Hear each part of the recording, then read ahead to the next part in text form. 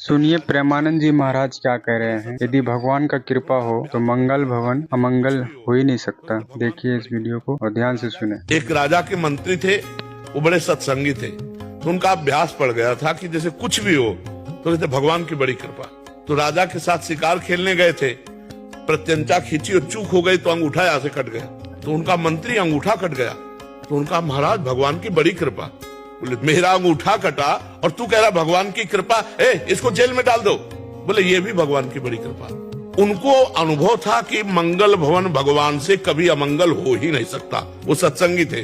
अब वो तो तुरंत आज भी है कि अगर हाथ कट जाए तुरंत उसको डॉक्टर के पास ले जाया जाए, विज्ञ डॉक्टर हो तो हाथ संचालन कर। और उस समय तो औषधियों का जोर था। अंगूठा कुछ दिन में ठीक हो गया।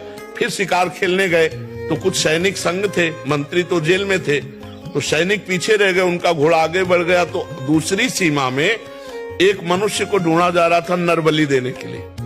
तो जो ही राजा को देखा तो दूसरे राजा ने अपने सैनिकों के साथ उनको कवर कर लिया कि इससे बढ़िया क्या होगा। पड़ोसी राजा, अब राजा को पकड़ लिया गया, बंदी बना के ले गए, स्नान आदि कराया और जब बलि के लिए ले जाने लगे तो देखा अंगूठा में कटे का चिन्ह। तो उसी की बलि चढ़ाई जाती है जो तनिक भी अंग भंग न हो। तो उन्होंने कहा भाई ये तो बलि देने लायक नहीं, छोड़ो इसको। छोड़ दिया। अब उनको लगा यार मंत्री ने ठीक कहा था, अगर अंगूठा न कटा होता तो गला कट जाता। भगवान की बड़ी कृपा। लेकिन मंत्री जेल में सड़ रहा है, मंत्री पद से हटकर जब उसको जेल में डाला तो उसने कहा बड़ी कृपा। अब गए सीधे मंत्री को बुलाया और कहा भाई हमारा अंगूठा अगर ना कटा होता तो गला कट जाता, पूरी बात बताई, लेकिन तुम जेल में सड़ रहे हो, ये कौन सी तुम्हारी कृपा।